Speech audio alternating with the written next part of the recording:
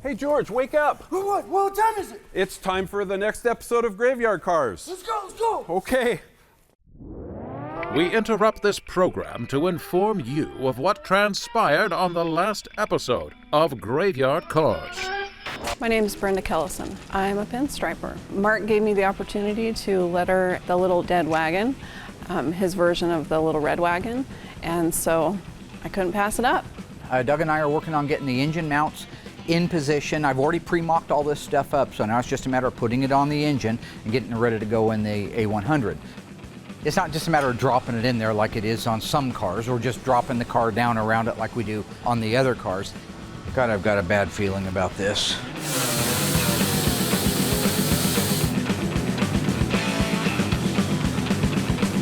So the doors are all assembled. We got the locks, the handles, we've got the latch assemblies in, the new weather strips. With all that done, that really allows us to button up a good majority of that cab. This particular case, this is a true unibody. The frame rails are built into it like a unibody would have, but everything in it, the framework for the instrument panel and for the radio, the things that will bolt into it that'll make it a street functionable unit, they're actually welded into the body itself. So I can't take those out and put them in a sandblaster and blast them all up and make them pretty. Will had to do all that stuff in place. To be able to move forward with getting the rest of the interior in the truck, we've got to be able to put the back window in. It's going to be up to our team to get it installed. So with these back glasses, you don't have to urethane them in. They just really set into place, and the molding holds it into place. So therefore, we can just do it ourselves. Back glass is in, looks great. We had it tinted, so we can move on to the next step. The windshield installation, way past my pay grade. That's very, very precise work. This is a dual windshield with a split. So if you look at it, you got a right-hand windshield, left-hand windshield, and then you got a nose piece down the middle. Putting all that together and not breaking one of those pieces of glass with less than 4 days to have the car ready to go to SEMA, not my idea of fun. So that's done. It looks absolutely gorgeous. That's a huge thing to have out of our way. Because with that out of our way, we really just have a few things left, and we can load that thing on the truck and head off to the show. So firing up the Mopar Performance Ray Barton 923 horsepower Hemi, I thought I'd have a little fun. Will, if it's going to leak, it's going to be out these back bowls right here. Okay. So you might see it better from this side. I don't know. Well, I don't want to, oh, this is dry. This is a dry run. Yeah. Okay, so just crank over, see what's happening.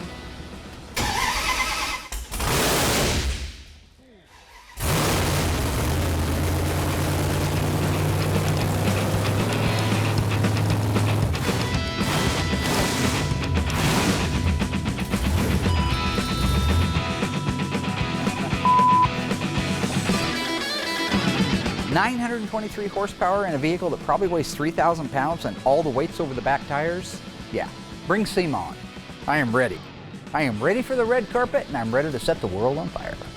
And you just make sure you get my insurance paid up. Accidents.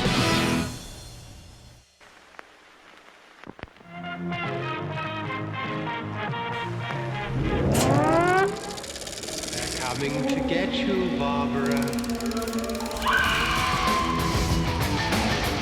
This time on Graveyard Carz, the ghouls may have wrapped the big-ticket items on the little dead wagon, but this little A100 isn't done yet. Cousin Dougie finishes the seats, the team stains, clears, cuts, and installs the wood slat truck bed, and with Springfield in the rear view, they head for SEMA in Las Vegas.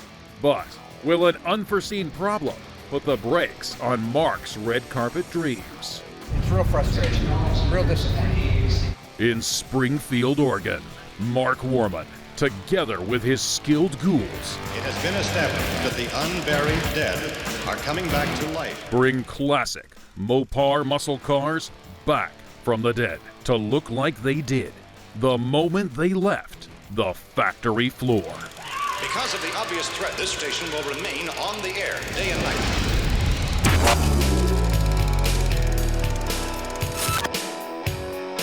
So we're getting ready to install the seats in the 1964 A100 little dead wagon. I like looking at the camera like that's kind of punches at home. Anyway, it's not the point. It's not all about me. These seats are customized. When it's all custom like this, I can anticipate some problems. My biggest fear will be that they set too high or they don't set right when they actually get bolted in. It is what it is. We got to get to SEMA, so. One of the things I admire most about Doug is how he will take his time. When you take those seats, for example, that bolt doesn't thread in there by hand, he'll clean it up. He'll clean the bolt up, he'll run a thread chaser through it, run the tap in there, get those threads all cleaned up. He doesn't want to be in a situation, and most technicians are not this way. They'll just ram it in there with an impact gun. Doug takes his time, cleans it up, and makes sure that it's a sanitary install. So for all the crap that I give him about his weirdness and his mannequins and his strange brain, he's actually a phenomenal tech.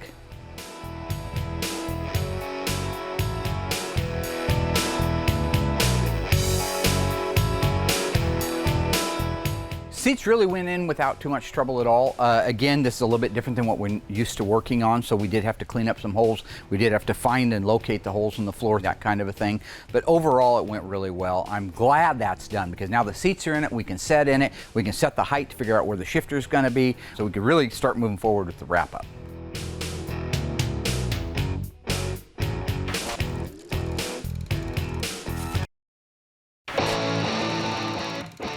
This 1970 Challenger RT features the 390 horsepower 446 pack engine. It's matched up with the legendary Hemi 4-speed transmission, and all of that power is handled out back by a 410 Dana rear end. This is a factory SC7 plumb crazy car, and it's all numbers matching. In 1970, the Dodge Challenger RT came standard with a 335 horsepower 383 Magnum. Now there were 3 other options available at that time. The first one was engine code E86, and that was a 440 Magnum single 4-barrel engine that produced 375 horsepower. The second option was engine code E87, and that was a 446 pack, and that's featured here.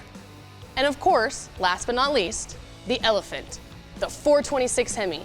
That engine code is E74, and that produced a whopping 425 horsepower. This ultra rare Challenger is one of only 847 446 pack 4-speed 1970 Challengers made, and that makes this our Corpse of the Week.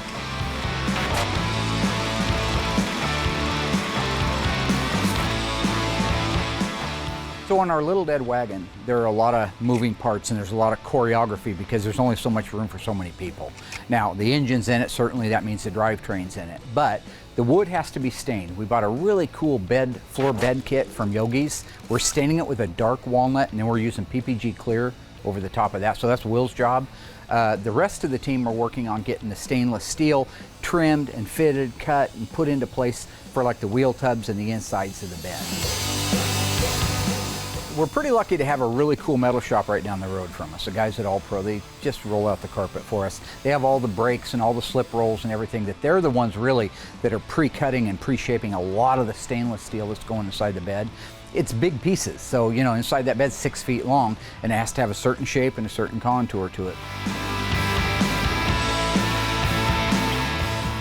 So when you're talking about clear coating over an impervious substrate like metal, it doesn't take nearly as much paint because the paint has nowhere to go, it can't soak in. But this is wood.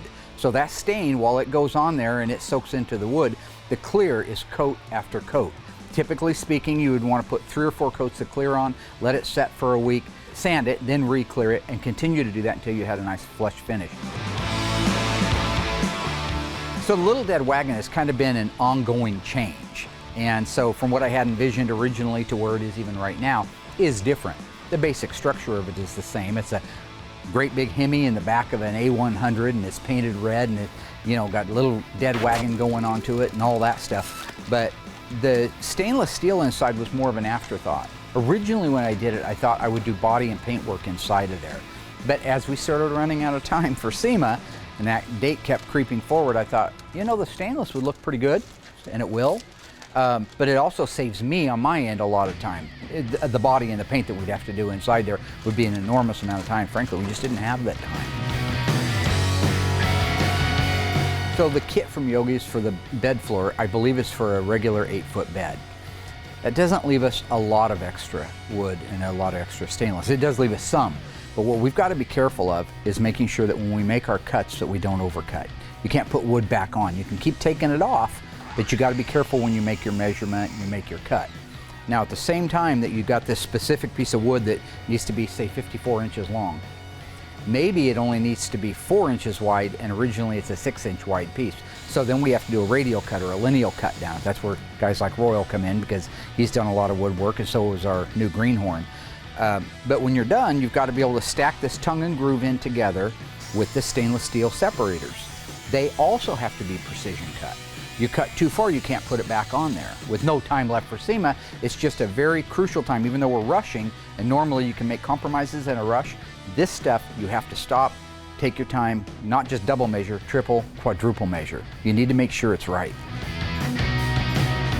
I always measure wrong. You learn that these little hands are the best things you can do. I mean, you can take a tape measure to it, you can use a block of wood, you can take papers and roll them up, but the fact is, your fingers are pretty much the same on each hand, unless you're Dougie.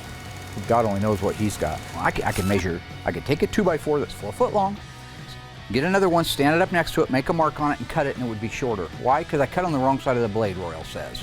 So that's why I'm not doing it. There is no room for that kind of stuff. No Mark Warmanisms in this one.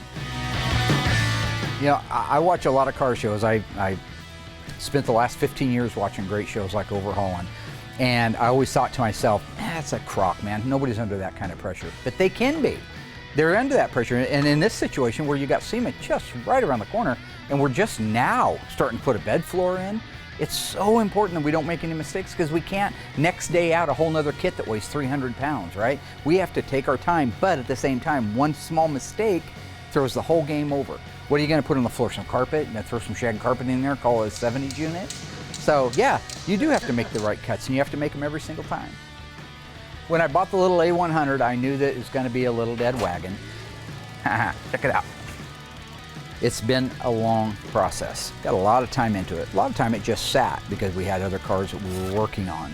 Also deciding exactly how I wanted it to look, making sure I had the right vendors lined up on a project like this, because I've never really done a subframe like we had to do on this one. That's a lot of head scratching, that's a lot of thinking, because it's not just cosmetic.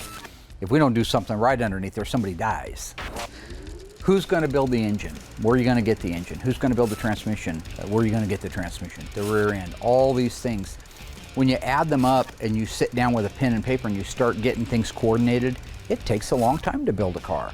And it's just a shame that all that prep and all that time and all those dedicated hours still come down, no matter how hard you try, to that last murderous week, hell week, where you're just doing back-to-back suicide shifts trying to knock one of these things out. Maybe one day we'll have a perfect system and won't have to do that. But right now, I don't know any way to avoid it.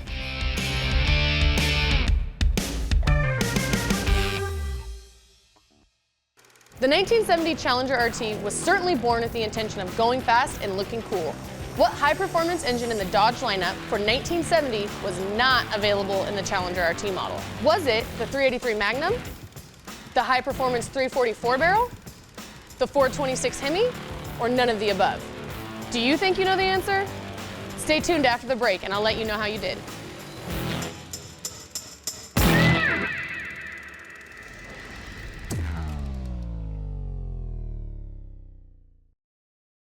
Okay, ghouls, how did you do? What high-performance engine was never available in the 1970 Challenger RT model? If you guessed none of the above, you're wrong. Sorry. The 383 Magnum, as we learned in our Corpse of the Week, came standard in the Challenger RT. The 440 Magnum and the 446 pack were optional, as was the legendary 426 Hemi. However, the high-performance 340 small block engine was never available in the RT model. The only way you could get that high-winding little powerhouse was in a base model Challenger with the A66 option package. In fact, this package pretty much gave you all the good stuff that the RT had, but without the special price class designation of the RT.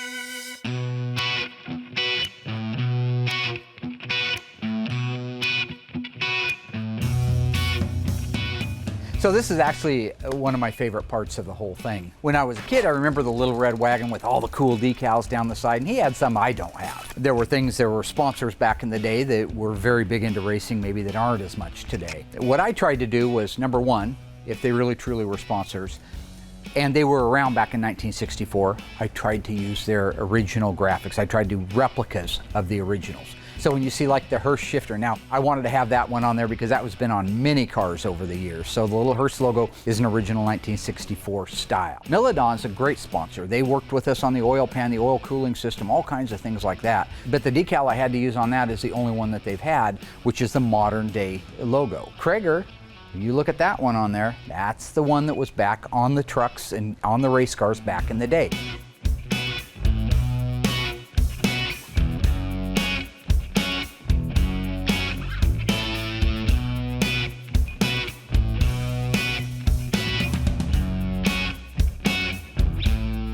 This, to me, I look at it with the logos, with the lettering, everything, the wheels, the tires, the stance, the engine. I am looking at the model that I built when I was a little kid in my bedroom on 14th Street when I was about 8 years old.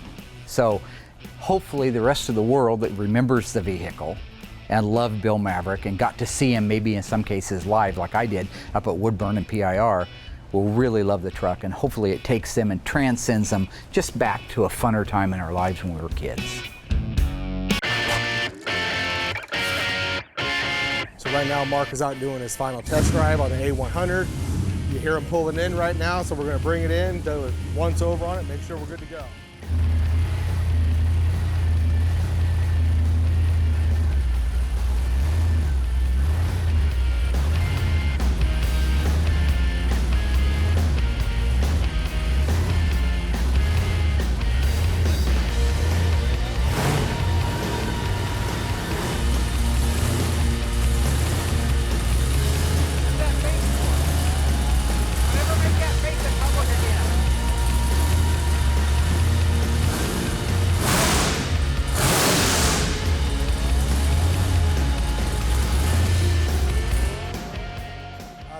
That's a bad boy, bad boy. What you gonna do? What you gonna do when it comes for you? What do you think? How to run. Good. Took it around the parking lot, couldn't steer it, front end was in the air. So it's ready to go. It's ready to go. What do you think? It came out great. This thing is absolutely beautiful. It came out just like I wanted it to. It has so much of the spirit of the original one that I grew up watching. Everything I wanted from the beginning, from the time I first thought about it, first had the idea at SEMA a couple of years ago.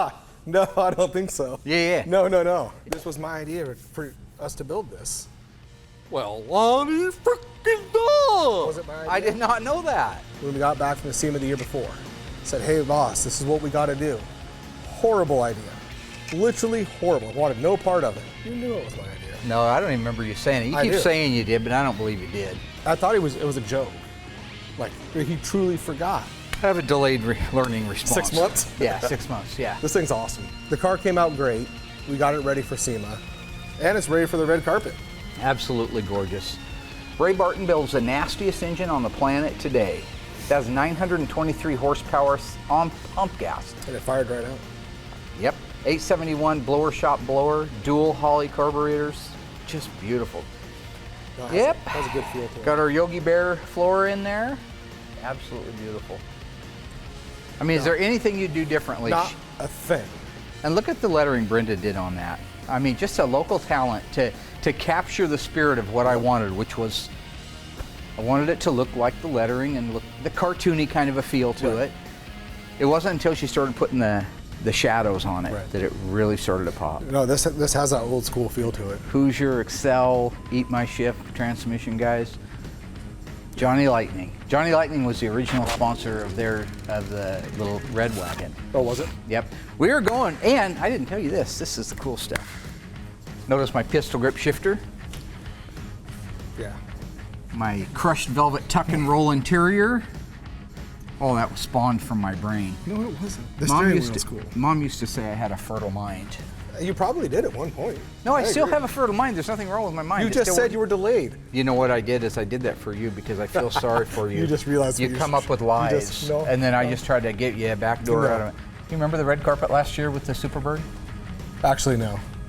Oh, you weren't there? You didn't let us go. It's a shame. Yeah. You'll be down there this year. They invited us to go across the red carpet.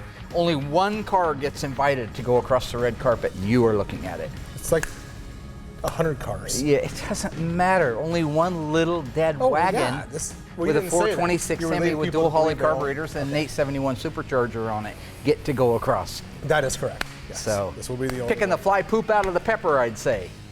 No, you think we're ready? I think we're ready. I'm exhausted. See you in SEMA 2018. Litter Dead Wagon. get ready, pack up, head out. You guys are flying down. I don't fly, I drive. Takes about 15 hours. I average about 80 miles an hour going down there. 2016 Challenger Shaker, still getting 22. Huh? The people at home don't care. Oh, okay, I'm sorry I'm boring you with what I'm gonna actually do. Why don't we talk about how many beers you're gonna drink while you're down there? Because they love to hear about that. They do. Yeah. Yeah. Drunk. Good comeback. Yeah. Yeah, you are. So now that we got this all wrapped up, I'm gonna go get packed. We're gonna catch our flight, get down to Las Vegas, and make sure we're ready to go for the red carpet. Little Willie can't block mud. Comes to the daddy for the daddy rescue. Ha ha.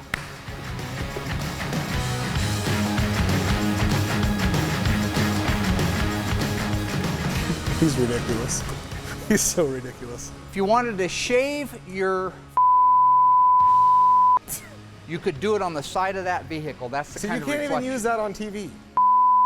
Shaving your on the truck. There's nothing wrong with that. I'm pretty sure. Okay, well, we'll see in the final edit if makes it. Punchy been painting fumes too many years. It's 1978. You are about to start your senior year in high school. You worked all summer at the sawmill and you earned $800. Now, you're not Dougie, so your parents aren't going to co-sign for a more expensive car. You've got $800. A lot of beautiful Mopars in the world. You're at the coolest car lot in town. Obviously, you can't buy the Cuda, too much money. What you can buy is either the 1971 Dodge Demon 340 automatic transmission or the 1974 Cuda with a 360 and a 4-speed. Which car do you take home so you can go cruising on Friday night? Your opinion matters. Please go to graveyardcars.com and cast your vote. We will announce live on Facebook next week what you chose to drive. And as always, thanks for playing.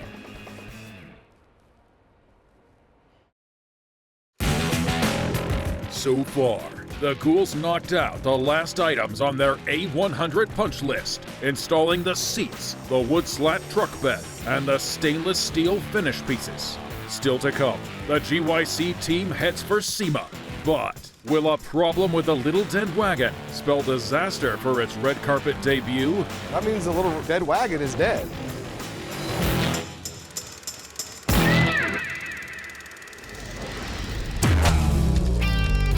So I've got some side markers out in front of me. These are all off of a 1970 Dodge Challenger. It happens to be the ones on this side are all original ones. The ones over here are the brand new Classic Industries ones. I wanted to point out that even when you have a really good condition original side marker, it isn't usually perfect enough to go into a car that's just had beautiful body and paint work on it. So the question is, do I send this out and do I have it re-chromed, or do I pick up the phone and call Classic and just have them send me a brand new one? So we're going to talk about how to make that decision. Now this is a rear side marker. You see I've got the red lens. Amber goes in the front, red goes in the rear. But we talk about the actual housing itself. If you go around the outer perimeter of it, overall, like I said, it's pretty darn clean. But if you get close, you'll see damages to the chrome. Like here's a slice where some kid on a bicycle went by and blasted it with his pedal probably. If it didn't have the dents, you still have to deal with the fact that this is pot metal that's been chromed and it was 50 years ago. So what happens to pot metal that's that old, that's been chromed? It begins to bubble. And that bubbling is only going to continue to get worse. Now, if you take that and you send it off to the chrome shop, they've got to strip all the chrome off of it. The process of doing that can actually cause more problems to the pot metal. The pot metal actually could get holes in it or pinholes in it that it didn't have when it was in its chromed state. So anybody who's ever chromed for a living knows that pot metal's pretty much designed to be chromed one time. After that, you can end up chasing your tail around in circles. So this is a new housing. You think, well, okay, it's an aftermarket housing. I want an original part of my car. I understand that. I'm the same way. It's just what makes sense. If you look at this housing, this new one, and you go around and you look at the same chrome that I showed you a minute ago. This is a brilliant, deep chrome. There's no pits or bubbles in it. There's no damage, obviously, it's a new part. But it's the exact same footprint as the original one. And I'll show you in a minute on the back. But just consider how close those are, if not exactly perfect. We turn them around and look at them. You have the Chrysler Pentastar because Classic licenses it through Mopar. We have our part number down at the bottom. We have our right hand insignia cast into it. All of the SAE lettering and codes are on there. The original studs, everything on this housing is an identical twin to this housing, except it's not 50 years old and it looks a lot better than the original one. So to me, by the time you chromed this and got it back and hoped that it was perfect, you could probably buy 3 of these. So now you know what my thinking is when it comes to parts that have already passed my quality test. And that's what we're dealing with here, is parts that I wouldn't put on the car unless I approved of them. You make your own decision. That's my advice.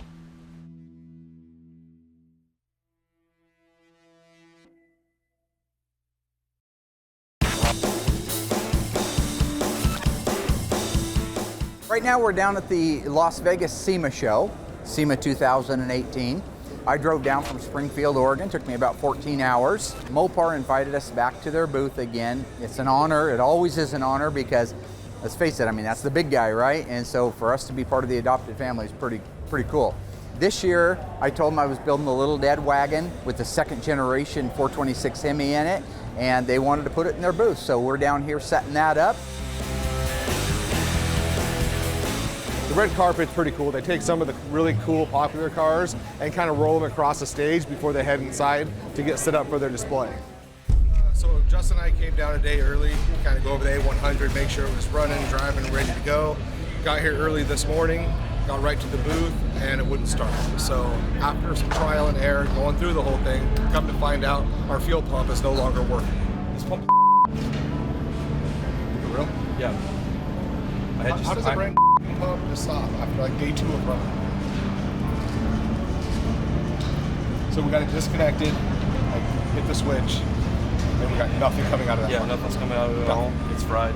So right now we can't run the truck, and we have about 45 minutes before we're doing the red carpet. And the reason we're running around, sweating, it's hot as hell in here. So I think that the fuel pump's probably not pumping. It's running, but it's not pumping anything. So Mopar has this, I think, 345 horse crate engine. Remember when they built the one up last year, they just used regular fuel pump on it? So it's got an electric fuel pump inside here that's regulated up to 60 pounds for this, but we can regulate it down for ours. And it's got 6 AN fittings on it. So I think they're coming over to take the pump out and then hand it to us, and we're going to put it in ours. So the 2 wires that go to ours will have to go over to theirs. Okay. And I imagine he's connected those a different way, but they've got tools here. They've got everything. Great. When I got here, the battery was dead. We've had this thing dialed in for 3 or 4 days, and not once have we had a battery issue. Mopar had a display unit here, knew the urgency of everything, the time frame, the crunch that we had, and they said, hey, here you go, take apart what you need. And that was pretty rock star right there on their part. So whatever we're going to need to be able to get that in, we've got to do it quick if we're going to make it to the red carpet. Yeah. And I think what it's going to do is we're going to draw off of just one tank right now, just to get over there and back, and leave the other one connected so it doesn't bleed out. That's what I'm hoping. That's the goal, to see what we can do. We're actually taking one of their engines and it's complete, and they're letting us take the fuel pump off of it right now so we can put it on our truck for tonight's event. Right now we have 30 minutes to get this off and get it installed. It's going to be a long shot, but Justin's working on it right now, so I think there is a chance we can get it done. I have a suspicion that whoever moved it into the Mopar booth last night left the fuel pump on, because there's nothing that says fuel pump or off or on, so it'd be easy to leave it on. Because this morning when Will got here, the battery was completely dead. It's a brand new 127 battery. The switch was off, but I think somebody came around and realized what they had done later. So I think that pump running all night without a shutoff valve on it took the pump. It is a different fuel pump, but it's still the same style. 2 wires it runs, nothing fancy. It's just a matter of, we didn't come down here with a ton of tools. I just kind of put what I thought we might need in my little Disneyland backpack, and we're trying to muscle through it right now.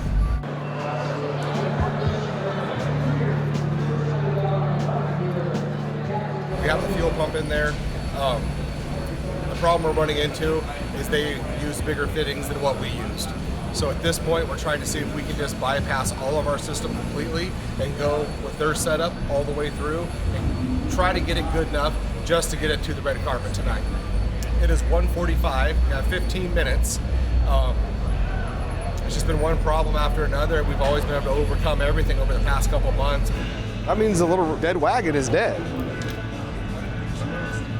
We just found out that we're not going to be able to get this truck running and on stage for the red carpet event.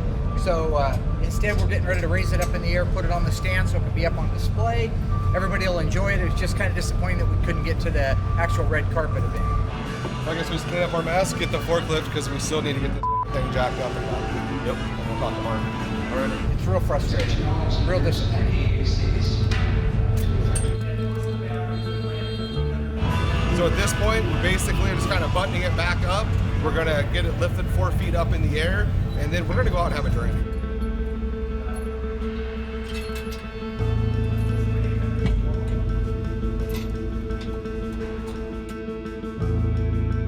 We're hitting Fremont Street. We're done. Get ready to do all of our autographs tomorrow.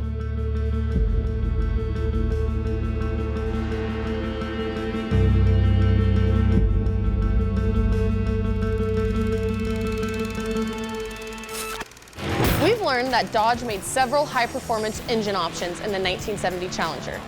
True or false? Only 974 Dodge Challengers equipped with a 446-pack engine and a 4-speed transmission were produced in 1970. If you think you know the answer, stay tuned after the break and I'll let you know how you did.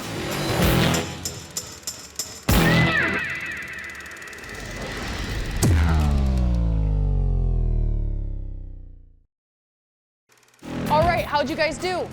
Did Dodge really only make a total of 974 446-pack 4-speed Challengers in 1970? If you guessed yes, well, you're wrong again. What the heck? Were you guys not paying attention to Corpse of the Week? The total production of 446-pack 4-speed Challenger RTs in 1970 is 847. So now you know.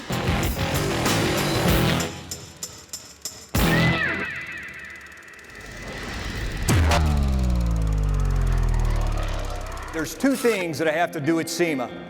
Number one is keep the tradition of starting at 426, and we did that. Number two is to always make sure we bring a big announcement, and trust me, I have one. And speaking of concepts, I know that you know that there is something special under this cover over here. I don't know what kind of car is under the cover on the stage, but I'm anxious to find out. All right, ladies and gentlemen, the 1968 Dodge Supercharger concept. The concept Supercharger is a good-looking car. Now, they just wanted you to see what a concept Charger could look like should they do something like that down the road. Honestly, I think this car is awesome. It's bringing the old school and the new school together, which for my generation is going to make us fall in love with Mopar all over again. A lot of cool things to it. Love the color. A lot of modifications that were really cool. Overall, it's gorgeous. I like it. I'm sure Mark loves it too. I think they'd be missing the boat if they didn't build something close to that. They did it with the Challenger, proved it can be done, took old world influence, put it into a new generation car that met all of the safety regulations and EPA and all that. They can do it again. They can do it with a Charger. That sucks that this is a car that's not going to go into production and that it's only a concept car. Can we like start a GoFund page or something? Get 1,000 signatures, we can make it. Mopar's great at everything they do. One really cool thing was the way they ran their exhaust through the taillights. That's just that next level that you don't really think about. That's just thinking outside the box when you're doing a creative build like that. I thought it was executed really nice. You know, I wasn't here back in the 70s, so it's a big catch-up game. My generation liked a lot of the modifications, kind of making their cars their own. So seeing the two worlds come together is pretty awesome. I have to put a firewall in my brain and just say, there's old world original, that's my heart and that's my passion, but you got to open the door to new ideas. So the Supercharger is a very modified, well done, but very modified Charger that I wouldn't probably invest the time into doing for myself, so it's not really my cup of tea. But I think the world loves it. I think the world would buy them like hotcakes if they came out. I think it's super cool. It's different than anything else they have on the streets, and I think that would be awesome if they put it into production. A little too extreme for my taste on certain things, but it's still a beautiful car, and they should be really proud of what they built. I don't know exactly, but it's my hunch that in the next few years we could see something like that. And if they made it in burnt orange, I'd order the first one off the assembly line.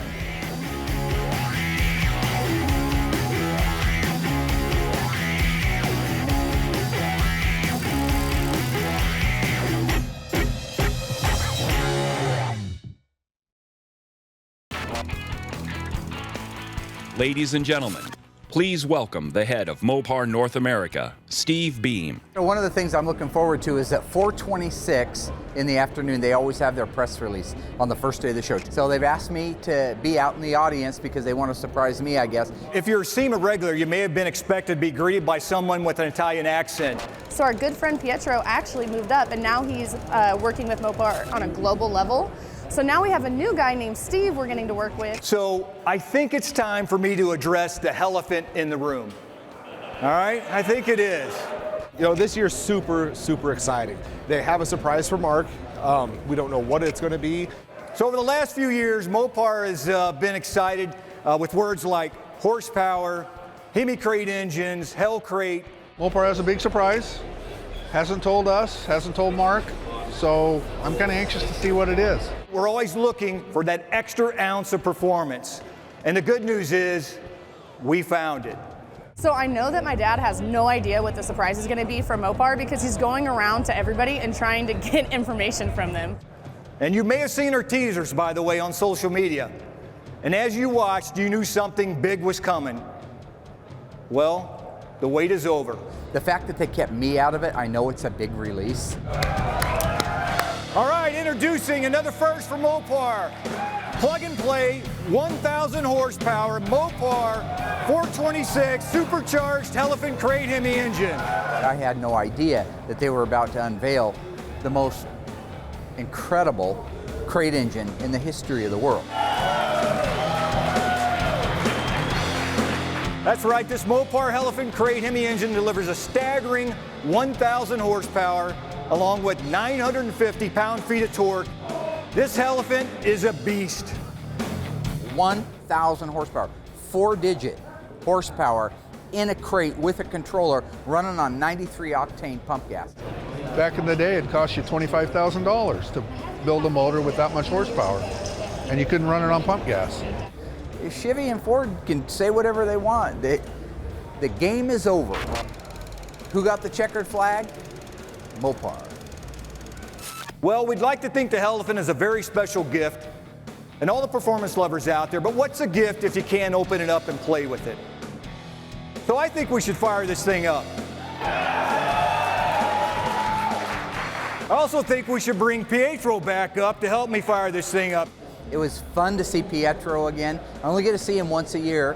That guy is all over the globe, non-stop, in a plane constantly. So excited to be here once here again. And by the way, Steve, there is a good friend of Mopar here at SEMA. He has been my partner in crime for a couple of years, and he is a true Mopar enthusiast. I mean, we have a little discussion about who invented Mopar or no car, but I think I will take Mark was on stage with us. Come on up, Mark. Where are you at? There he is. Mopar or no car. Yeah. Mopar or no car. So they did bring me up on stage. I'm up there with the global president of Mopar and the U.S. president of Mopar, and here's little old Mark Warman. Oh, that's crazy. That's mental. As always, they told you to walk in front of the car and you can Who else would do this other than Mopar, right? Oh, that's what do you guys think? Let's, why don't you help me get this thing fired up, we're right? starting it, right? I take the fire marshal 15 minutes to get here.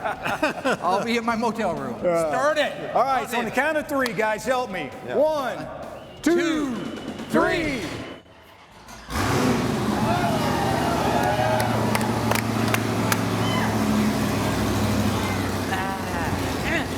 Now the fire marshal is gonna come.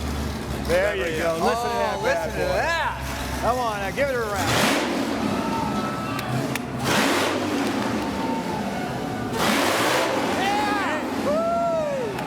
In a crate! Woo!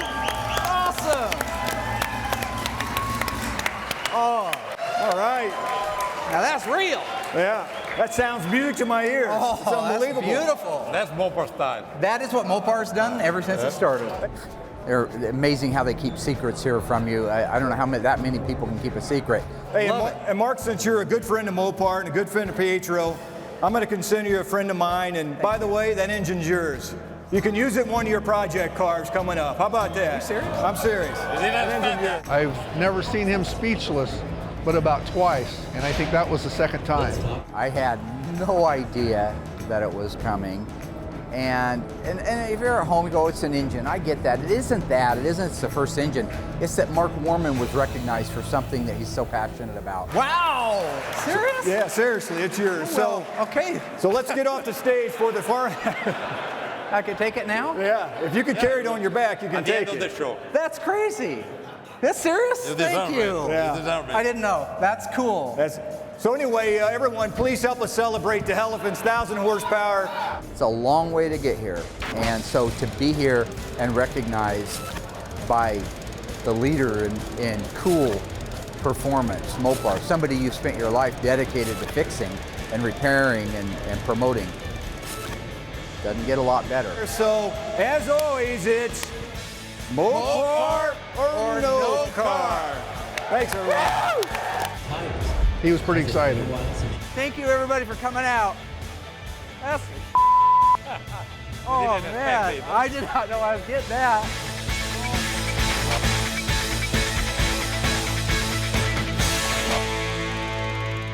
I think we got more done on the Dodge 100 in 2 weeks than we did in the first year. Every trip to SEMA is better than the trip before. It's disappointing that we didn't get to go across the red carpet. You wouldn't know because you didn't want to go down there. Dougie took his vacation while I went down to SEMA. While the cat's away, the rooster will play. But we had a good time down there. We didn't get a chance to go across the red carpet because the fuel pump was left on and got destroyed overnight. But the good news is the fans absolutely loved it. It was sitting at the front of the show. Mopar, once again, amazingly, I don't know how they are able to keep these stupid secrets from me. Maybe I'm just not connected. Maybe I'm not in the Circle Trust. But the fact is, they gave me the very first 1,000 horsepower all aluminum 3rd generation 426 Hemi built. The first one. So you know what that means? That's awesome. It does mean it's awesome. Uh-huh. It also means we've got to come up with a very, very special car for it to go into. And I have an idea. I'll bet you do. I do. I'll bet it's going to be a good one. It's a good one. Yeah. If I can pull it off, it'll be the biggest event at SEMA 2019 in the history of the SEMA show. I may be outside the circle of trust, but in my little world, my little pond, I'm the big fish that runs it, and nobody can keep a secret. Tony Philly Steak D'Agostino is sniffing around to come out and check up on his car, right? Yeah. So I got that word yesterday. I told the camera guys to make sure they put their great big wide lenses on. Cameras, we don't want to miss any, right? Told them the big ragu is coming. Remember the big ragu? Uh-huh. Yeah, that was for Laverta Shirley. The big ragu is on his way. I'm not saying he's fat, all right? But his high school graduation picture, it was an aerial photograph. Yeah? Maybe we can do lunch. Yeah. Philly steak sandwiches? Yeah, that'd be good. Why don't you guys go to lunch? And if I'm out there in 5 minutes, you start without me. Okay. Yeah.